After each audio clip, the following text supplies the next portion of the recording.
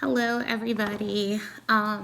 Okay, so I was trying to do a video and I tried to do it without my daughter. That didn't work because she woke up.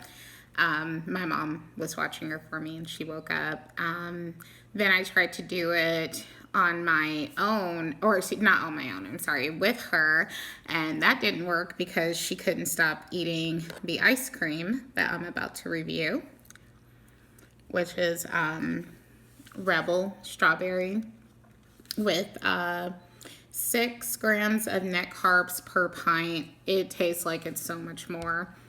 I'm just going to go ahead and tell you guys, this is super good.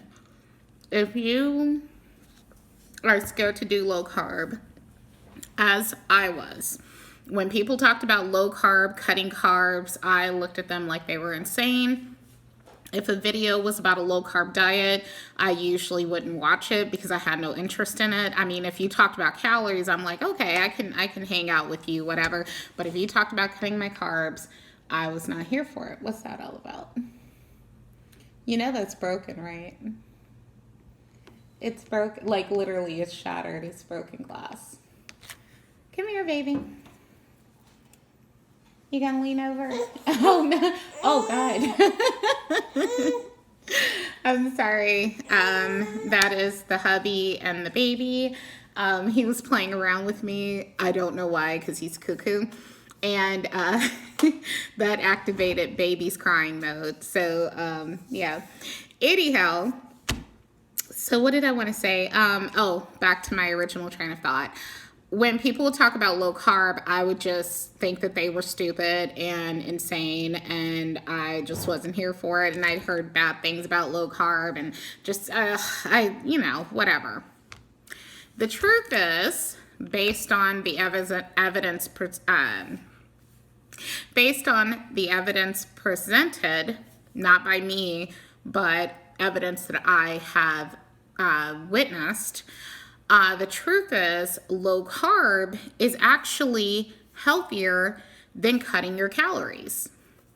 That's a whole nother thing, and you need to look that up yourself. But low carb has actually been linked to helping manage a lot of neurological conditions. There's a condition that I have called PCOS, and many women who suffer from this condition have what's called insulin resistant or diabetes. Those are two totally different things, by the way. Insulin resistance is kind of the precursor to type 2 diabetes, just so you guys know. Either way it goes, it's pre-diabetes, as they say. And anyhow, a lot of women have found that if they did keto, that it helped them produce a child. It helped bring their cycle on when they were not having a cycle and or ovulating. It's a lot of positive things that came from it. So it's not just a weight management thing. It's actually a health management tool. So anyhow, I ignored keto up until my partner showed me a video by a gamer where he went into the brass tacks of keto, and he explained it in such an articulate, science-based way, and he told me that I could eat vegetables. Okay, fruit, yeah, you got to have that in moderation, but you can have strawberries, but again, in moderation because of the sugars. But you can eat lots and lots and lots of vegetables as long as they aren't starchy. This entire bag of broccoli, this big bag, which weighs 16 ounces, okay? And I'm not going to eat the one bag in one go, but this entire bag has a total of approximately 20 carbs, right? But then you have to take out fiber. So it's actually only about 10 net carbs. And I talked about that in the previous video, I believe, where I was using the example of a candy bar. Like a candy bar could say it has 36 carbohydrates. But if 3 grams of that is fiber, then that would be 33 carbohydrates. If, let's say, 20 grams of that 33 are sugar alcohols, then that would become 13 carbohydrates.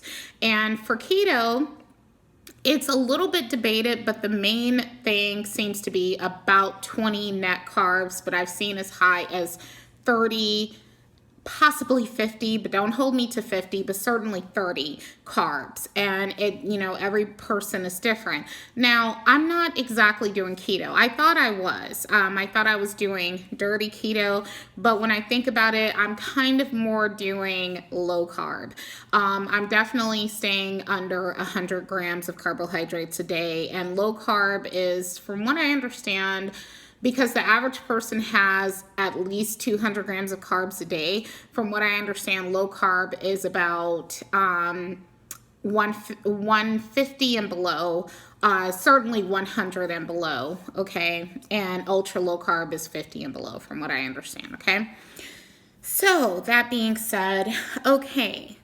I was scared of low carb because I have a sweet tooth really bad, and I just want to share the things that I am eating to help me manage my sweet tooth and, stick to a low carb lifestyle without wanting to lose my mind and run and eat a bunch of sugar and everything and feel like I can't do this. Like, I don't feel like that at all, and I'm very thankful.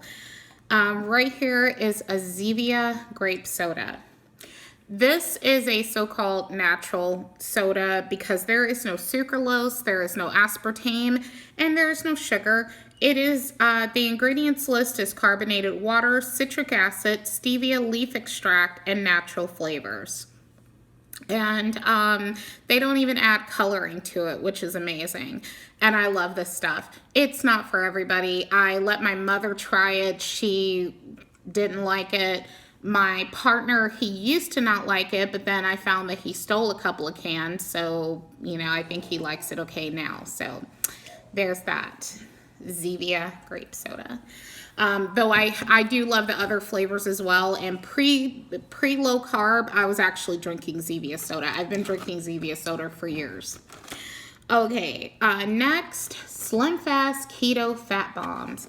And this is the caramel nut clusters. Now let me see what the nut is in this one. The nut is, peanuts? That's what it is? Well, that's not a nut at all. That's a bean or legume, whatever.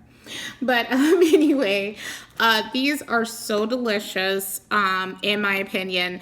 If you've ever had the Russell Stover's sugar-free in the white and green bag, these are very similar, except it's 80 calories per cluster. 80 calories per cluster, and only, I believe, 2 net carbs per cluster. It has 1 total sugar, 6 grams of fiber, and 2 grams of erythritol, which is a sugar alcohol, as mentioned. Actually, I might have mentioned that in an older video when I was trying to get my daughter to cooperate. But anyway, erythritol is a sugar alcohol and has been shown to act in the body as like a quarter of a carb or something. I forget. You'll have to look that up. But it's in a lot of products, and these are very good. It has 6 grams of fat per cluster, and it's called a fat bomb because you're supposed to eat a high-fat, low-carb, and moderate protein diet when you're doing keto. And again, I'm not exactly doing keto. I would say I'm more doing low carb, but I love these. Okay. Next, we have the Keto Pint brand of strawberry ice cream. This has 4 net carbs per serving. So this actually is a higher carb product than this. And it also has a bit more calories than this one. While this one is 120 calories per serving, so the whole pint would be 480 calories.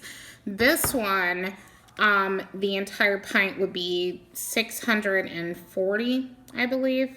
If my math isn't failing me, 640 per pint.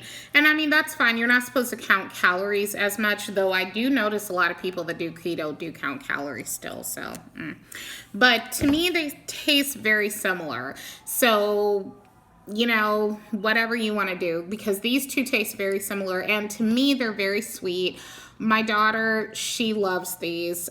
She loves all my keto ice cream, by the way, and none of them have sucralose, which is Splenda, or aspartame in them. They have what are considered to be natural sweeteners, and I looked them up before I gave her any, and they're also considered to be safe for children and everything, you know. So, anyhow, my least favorite is the Rebel Peanut Butter Fudge. Okay, I feel like I'm going to end up finishing this simply because I paid $5 for a pint from H-E-B here in Houston, Texas. But, yeah, this is not my favorite. I mean, I'm going to have a little bit. It's got little flakes of chocolate in it, and it's supposed to be like a peanut butter base, but it's just, it's okay, but it's not like this one right here. This one right here, the peanut butter cup keto pint is so much better. I'll compare the nutritional value in a moment. Not the ingredients, because I don't want to go through all that, but yeah, this one is so much better. Let me see. So for the whole pint, this has only 8 net carbs, and this has 3 per serving, and it is a total of 4 servings, so that means it has 12. So again, choose your poison, but I will tell you this one is so much better. And especially, like, I'll tell you the truth, even though you see me eating this on camera, I don't eat the whole pint. Now, I have eaten an entire pint of ice cream. In fact, I've eaten 2 pints of ice cream of like regular ice cream before, and that's not normal, by the way. As fat as I am, don't get me wrong, that's not normal to eat 2 pints, but I'm saying I've done it before. But with this, it's like I eat a few scoops and I'm actually okay for a while. You know, with all of these, you know, I don't feel the need that I have to keep going and going. Halo Top, if I remember correctly, because I haven't had Halo Top in a while, but Halo Top, I used to eat the entire pint. So, yeah. Next, I got these low-carb whole wheat tortillas from La Tortilla Factory. And they have 50 calories, 3 net carbs, 8 grams of fiber, and 5 grams of protein. And I picked these up from H-E-B yesterday. And the first ingredient is, besides water, that is oat fiber, whole wheat flour, soy flour, wheat gluten. So if you have a deal with gluten, do not consume this. It has no artificial sweeteners, which was a huge plus for me because in general, I do try to avoid artificial sweeteners, which is, again, a part of why I love these. Well, yeah, because this is the strawberry. Rebel is good, but the only complaint with Rebel that I have is this peanut butter one that I don't think is that great, but some people may like it. But anyhow, I was going to say, you know, there's no aspartame, there's no sucralose in these, and that's why I love them. So, and I don't, same thing for this one. It is sweetened with stevia and erythritol. You know, you're going to be getting a lot of erythritol apparently, but no, you know, sucralose or aspartame, you know, for those of us who are trying to avoid those. So, anyhow, This video is running really long. I'm sorry if it's a little bit rambly. I was trying to do it multiple times, and this is the first time this seems to have stuck.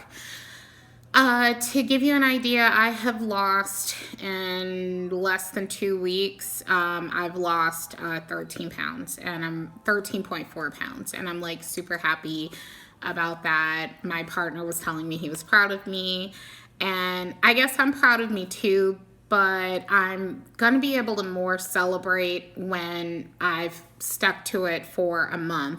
You know, right now, I already know what it's like to quote unquote go on a diet for a few days, lose some weight, and then say, oh, okay, I guess I can have Chinese food now. I guess I can go to this place or that place, gorge myself, and then get discouraged because I'm carrying the new water weight and get discouraged, and then just say, fuck it, excuse my language, and then go, go back to eating crazy and gaining weight and getting myself up to 316.9. And eventually it was going to get up to 350 again if I did not stop it when I stopped it, but I'm stopping it now.